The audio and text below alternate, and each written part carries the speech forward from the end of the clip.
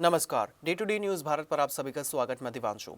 रूस यूक्रेन युद्ध के बीच एक ऐसा घटनाक्रम सामने आया है जिसने इस संघर्ष के दायरे को यूरोप से बहुत दूर कैरेबियन सागर तक पहुंचा दिया है। क्यूबा में ईंधन संकट इतना गहरा गया है कि रूस को अपने हजारों पर्यटकों को वहां से निकालने की तैयारी करनी पड़ रही है।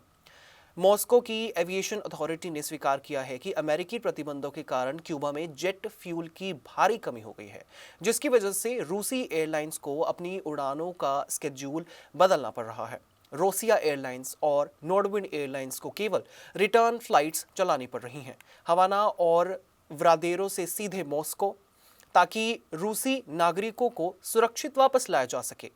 अनुमान है कि इस समय क्यूबा में लगभग 5,000 रूसी पर्यटक मौजूद हैं।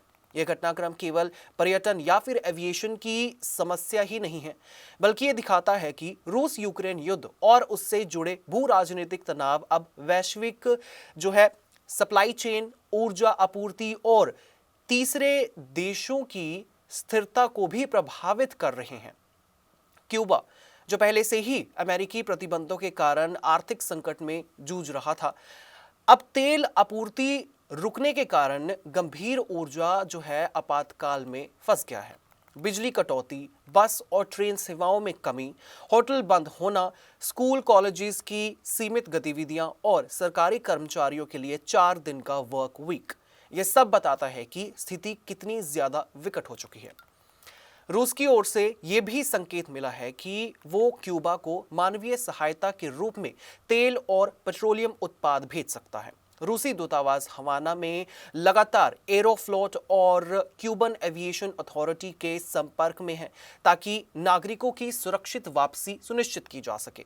दिलचस्प बात तो यह है कि कनाडा की airlines air Canada, air transect और वेस्ट जेट ने भी ईंधन संकट के कारण क्यूबा के लिए अपनी उड़ानें घटा दी हैं। इससे स्पष्ट होता है कि यह समस्या केवल रूस तक सीमित नहीं है, बल्कि वैश्विक स्तर पर असर डाल रही है। अब इसे रूस यूक्रेन युद्ध के संदर्भ में देखें तो तस्वीर और ज्यादा स्पष्ट हो जाती है। अमेरिका ने वेनेजुएला से क्यूबा को मिलने वाली तेल आपूर्ति पर रोक लगाई है और साथ ही उन देशों पर टैरिफ लगाने की चेतावनी दी है जो क्यूबा को तेल सप्लाई करेंगे। यह रणनीति सीधे तौर पर रूस और उसके सहयोगी नेटवर्क पर दबाव बनाने की कोशिश मानी जा रही है। यानी युद्ध केवल यूक्रेन की धरती पर नहीं, बल्कि प्रतिबंधों, ऊर्जा, नाकेबंदी और कूटनीतिक दबाव के रूप में दुनिया के अलग अलग हिस्सों में लड़ा जा रहा है। कल की स्थिति पर नजर डालें तो रूस यूक्रेन युद्ध अपने 1448वें दिन में प्रवेश कर चुका है। पूर्वी और दक्षिणी यूक्रेन में ड्रोन और मिसाइल हमले लगातार जारी हैं। रूस की रणनीति अब साफ दिखाई दे रही है। यूक्रेन की ऊर्जा और बुनियादी ढांचे पर लगातार दबाव बनाकर नागरिक जीवन को और ज्यादा कठिन करना। सर्दियों के मौसम में बिजली और हीटिंग पर असर डालने वाली कार्रवाइयां यूक्रेनी जनता के लिए बड़ी चुनौती बन रही हैं। दूसरी ओर यूक्रेन भी रूसी सप्लाई लाइनें, समुद्र मार्गों और आपको बता दें कि तथाकथित शैडो फ्लीट एक नाम है, उसको निशाना बनाकर रूस की आर्थिक और लॉजिस्टिक क्षमता को कमजोर करने की कोशिश कर रहा है। यूक्रेन के राष्ट्रपति व्लादिमीर ज़ेलेंस्की ने हाल ही में कहा कि नागरिक ठिकानों पर हमलों के कारण लोगों का डिप्लोमेसी पर भरोसा कम होता जा रहा है। एक हालिया ड्रोन हमले में एक परिवार के कई सदस्यों की मौत और एक गर्भवती महिला के घायल होने की खबर ने युद्ध के मानवीय पहलू को फिर से दुनिया के सामने ला दिया।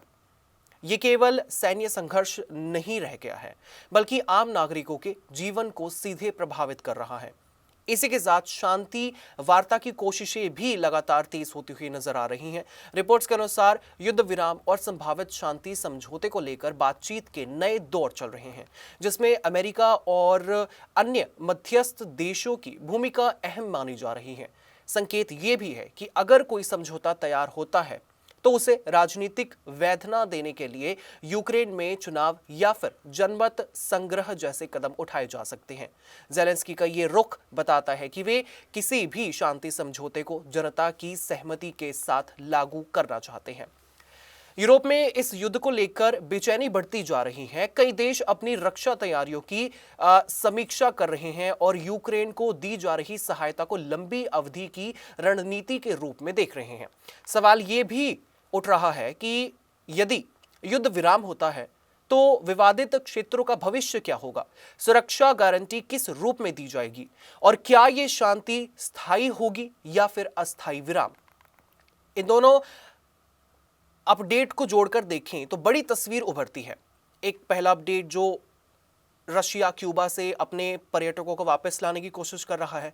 दूसरा कि रशिया और यूक्रेन का युद्ध आज अपने 1448वें दिन में पहुंच चुका है।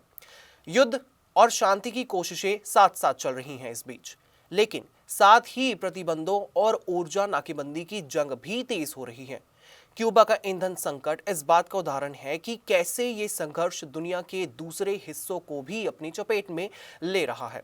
रूस अपने नागरिकों को निकाल रहा है, क्यूबा ऊर्जा संकट से जूझ रहा है और अमेरिका प्रतिबंधों के माध्यम से दबाव लगातार बढ़ाता हुआ नजर आ रहा है। संयुक्त राष्ट्र महासचिव एंटोनियो गुटेरेस ने भी आपको बता दें कि चेतावनी दी है कि यदि क्यूबा की ऊर्जा जरूरतें पूरी नहीं हुई तो वहां मानवीय संकट गहरा सकता है। यह बयान दिखाता है कि मामला अब केवल राजनीतिक नहीं बल्कि मानवीय आपात स्थिति की ओर बढ़ रहा है। फिलहाल स्थिति यह है कि मैदान में हमले जारी हैं, कूटनीतिक वार्ताएं भी जारी हैं और वैश्विक स्तर पर प्रतिबंधों की जंग भी जारी है। हर दिन की घटना अगले दिन की दिशा तय कर रही है। रूस यूक्रेन युद्ध अब केवल दो देशों का संघर्ष नहीं रहा बल्कि ये ऊर्जा, अर्थव्यवस्था, कूटनीतिक और मानवीय संकट का वैश्विक जाल बन चुका है। आने वाले हफ्ते निर्णायक हो सकते हैं। यदि शांति वार्ता ठोस रूप लेती है तो युद्ध विराम की दिशा में कदम बढ़ सकता है, लेकिन यदि हमले और प्रतिबंध इसी तरह से जारी रहे तो भरोसे का संकट और गहरा सकता है। अभी की हालात यही संकेत देते हैं कि दुनिया एक ऐसे मोड़ पर खड़ी है जहां युद्ध के असर सीमाओं से बहुत दूर तक महसूस किए जा रहे हैं, यूक्रेन से क्यूबा तक और यूरोप से कैरेबियन तक। आपका इस बारे में क्या कुछ कहना होगा, आप हमें कमेंट सेक्शन में ज़रूर बता सकते हैं। Day to day news India और day to day news Bharat आपके साथ हमेशा ये वादा करता है, निष्पक्षता के साथ पत्रकारिता करेगा, सटीकता के साथ आपको हर एक खबर दिखाएगा। हमारे चैनल का कोई भी पत्रकार ना किसी से कोई तोहफा लेगा, ना कोई विज्ञापन, ना ही करेगा किसी को ब्लैकमेल। हम हमेशा ये कोशिश करते हैं कि हम दबे कुचले लोगों की आवाज़ बने। इसी के साथ हम ऐसे किसी भी व्यक्ति की खबर नहीं चलाएंगे जो कि भोले भाले लोगों को ठगता हो। इसी के साथ हमारे चैनल का मकसद होगा लोकतंत्र के चौथे स्तंभ को लोगों की नज़रों में फिर से मजबूत करना। देश और दुनिया की तमाम हर छोटी और बड़ी खबरें जानने के लिए आप बने रहिए day to day news Bharat के साथ। मुझे दीजिए इजाज़त और हमें हर किसी सोशल मीडिया प्लेटफॉर्म पर लाइक, शेयर और सब्सक्राइब करना बिल्कुल भी मत भूलिएगा।